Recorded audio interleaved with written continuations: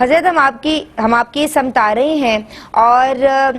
اس توہم پرستی کے تعلق سے جو سوالات ہیں میرے اب وہ یہ ہیں کہ مصلی یا قرآن مجید کھلا رکھنا اور پھر عوام الناس میں یہ مسکنسیپشن کہ شیطان اسے پڑھ لے گا، یہ اس کے حوالے سے آپ کیا فرمائیں گے؟ شرعی رہنمائی کیجیے۔ اور بدشگونی کا کیا مطلب ہے؟ لیکن پہلی بات تو یہ ہے کہ یہ جو یہ کہا جاتا ہے نا کہ مصلی اگر جو ہے وہ کھلا چھوڑ دیں گے تو شیطان نماز پڑھے گا، تو اس لیے لپیٹ کے رکھ دیں، تو سوال یہ ہے کہ اگر شیطان نماز پڑھے گا تو اس میں ہمیں اور آپ کو پرابلم کیا ہے؟ اگر شیطان نماز پڑھے تو نماز ہی پڑھ رہا ہے، اللہ کی اگر عبادت کرنا چاہ رہا ہے تو ہمیں تو اس میں کوئی پرابلم ہونی نہیں چاہیے، کوئی پریشانی ہونی نہیں چاہیے۔ یعنی اگر ایسا ہوتا نا کہ جو ہے وہ شیطان جو ہے ہمیں کوئی نقصان پہنچا رہا ہے یا شیطان کوئی ایسا کام کر رہا ہے کہ جو کام ہمارے لیے مضر ہے، نقصان دہ ہے، اگر وہ اللہ کی عبادت کرنا چاہتا ہے، اگر وہ نماز پڑھنا چاہتا ہے تو ہمیں اور آپ کو تو ایشو ہونا ہی نہیں چاہیے کوئی اس کے اندر، خوش ہونا چاہیے کہ نماز ہی پڑھ رہا ہے اور ہماری وجہ سے اسے نماز پڑھنے کا جو ہے وہ موقع مل گیا۔ پھر یہ تو بات جو ہے ذرائع خوش طبی میں نے کہی۔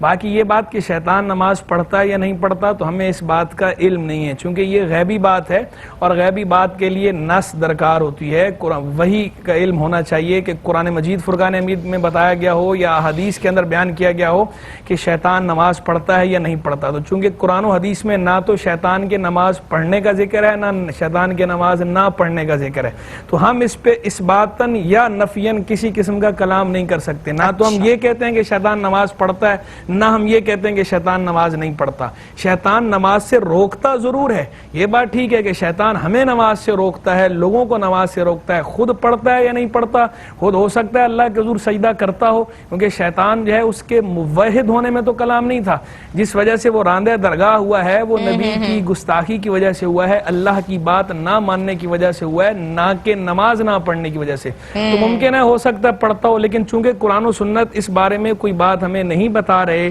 نہ پڑھنے کی نہ پڑھنے کی، تو اس لیے ہم اس کے بارے میں کسی قسم کا کوئی کامنٹ کرنے کی پوزیشن میں نہیں کہ وہ پڑھتا ہے یا نہیں پڑھتا۔ اگر پڑھتا ہے تو بھی اللہ کو معلوم ہے، نہیں پڑھتا تو بھی اللہ کو معلوم ہے، نہ اس کے پڑھنے سے ہمیں کوئی فائدہ ہے، نہ اس کے نہ پڑھنے سے ہمیں کوئی فائدہ یا نقصان ہے۔ باقی ہمارے لیے کیا ہے کہ جی مصلی جو ہے وہ لپیٹ کے رکھ سکتے ہیں یا کھلا چھوڑ سکتے ہیں کہ نہیں، مصلی کھلا بھی چھوڑ سکتے ہیں، لپیٹ کے بھی رکھ سکتے ہیں، لیکن بہتر یہ ہے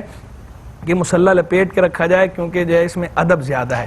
ادب زیادہ اسی میں کہ لپیٹ کے رکھا جائے۔ ٹھیک ہے حضرت، یہ جو کسی چیز کو نحس خیال کرنا یا بدشگونی اس کے حوالے سے بالکل کسی چیز کو جو ہے وہ نحس خیال کرنا تو اس کی اسلام کے اندر کوئی کسی قسم کی کوئی گنجائش ہے ہی نہیں۔ بندہ مومن کے حق میں منحوس صرف اور صرف کفر اور معاصی ہیں، کفر منحوس ہے اور گناہ معاصی نافرمانی اللہ کی یہ منحوس ہے، تو اللہ کی نافرمانیوں کا وبال ہوتا ہے، اس کی نحوست ہوتی ہے، باقی کسی چیز کے اندر اللہ تبارک و تعالیٰ کی طرف سے کوئی نحوست نہیں ہے۔ اللہ کی ہر چیز بندہ مومن کے لیے خیر خیر خیر اور خیر ہی ہے، تو اس لیے اس کے اندر کوئی کسی قسم کے بدشگونی میں اور برے خیال میں اور وہم میں توہم پرستی میں نہیں پڑنا چاہیے۔ یہ سپرسٹیشیس جسے کہا جاتا ہے انگلش کے اندر، اس طرح کی چیزوں سے ہمیں بچ کے رہنا چاہیے، بندہ مومن کو یہ زیبا ہی نہیں ہے۔ اور نیک فال کی جہاں تک بات ہے تو نیک فال بہرحال لی جا سکتی ہے۔ حضور جان عالم صلی اللہ تعالی علیہ وسلم ارشاد فرماتے ہیں، احادیث کے اندر مختلف احادیث کے اندر مختلف مضامین موجود ہیں، کہیں یہ ذکر ہے کہ یوجبن الفال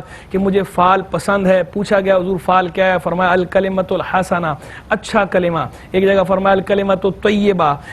پاک کلمہ، صاف کلمہ، ستھرا کلمہ، اسی طرح جو بعض جگہ فرمایا احب الفال الصالح میں اچھے شگون کو پسند کرتا ہوں، تو اچھے شگون کو یا اچھے فال کو پسند کرتا ہوں، اس کی کوئی مثال یہ ہے، مثال کے طور پر سرکار عیسیٰ السلام جب صلح حدیبیہ کے لیے تشریف لے کر گئے تھے، اس وقت جب کفار کی طرف سے جو نمائندہ تھا اس کا نام تھا سہیل بن عمرو، جب پوچھا گیا، جب اس نے نام بتایا تو سرکار نے نیک فال لیتے ہوئے فرمایا تھا کہ تمہارا معاملہ آسان کر دیا گیا، مسلمانوں سے بات کرتے ہوئے فرمایا کہ تمہارا معاملہ آسان کر دیا، یعنی اس کے نام سہیل سے حضور نے اچھا شگون لیا، اچھی فال لی، سہل کی، آسانی کی، تو اس طرح اچھا شگون لینے میں کوئی حرج نہیں ہے، لیکن بد شگونی سے بہرحال بچنا چاہیے۔ باقی جو گناہ ہیں وہ منحوس ہیں، گناہوں سے توبہ کر کے اللہ سے لو لگانی چاہیے۔ ٹھیک حضرت، آف ایئر کال آئی کہ بلکہ بنت بشیر صاحبہ کے حوالے سے مجھے بتایا جا رہا ہے کہ سفر کی جو ابتدائی 13 تاریخیں ہیں یا 13 دن ان کو 13 تیزی کہنا، گرداننا، بالکل یہ غلط بات ہے، یہ بد اعتقادی ہے، اور یہ بھی ساری آخری 3 منٹ ہے، مردوں پہ بھاری سمجھنا سفر کو؟ سفر جو ہے وہ کسی پہ بھی بھاری نہیں ہے، نہ مردوں پہ بھاری ہے، نہ عورتوں پہ گھر بھاری میں ہے، نہ بچوں پہ چوہے بھاری کے ہے۔ بچے ہیں، ماریں گے تو کیا رزق میں تنگی آ جائے گی؟ دیکھیں چوہا تو ان جانوروں میں سے ہے کہ جن جانوروں کو فاسق قرار دیا گیا۔ فاسق کا مطلب اچھا۔ یہ ہوتا ہے وہ جانور جو ابتدا بالایذاء کریں، جو ابتداً ایذا دیں، ان جانوروں کو فاسق شریعت کی طرف سے قرار دیا گیا۔ فاسق جانوروں کو مارنے کی شریعت نے اجازت دی ہے، چوہا انہی میں سے ہے تو اسے مارا جا سکتا ہے، کوئی حرج نہیں۔ ٹھیک ہے، عصر کی سنتیں میری بہن پڑھنے کھڑی ہوئی اور غیر موقدہ سنتوں کے بجائے سنت موقدہ جو ہے انہوں نے پڑھ لی، یعنی نیت غلط کر لی۔ میرے خیال میں جو سوال انہوں نے کیا اس سوال سے جو میں سمجھاؤں جی، جی۔ وہ یہ کہنا چاہ رہی تھی کہ میں نے جو ہے وہ سنت غیر موقدہ جو پڑھنے کا طریقہ تھا اس کی جگہ سنت موقدہ کا طریقہ، جی، استعمال کر، نیت تو ان کی وہی تھی، صحیح۔ تو اس میں کوئی حرج نہیں ہے، نماز ہو گئی۔ ہو گئی۔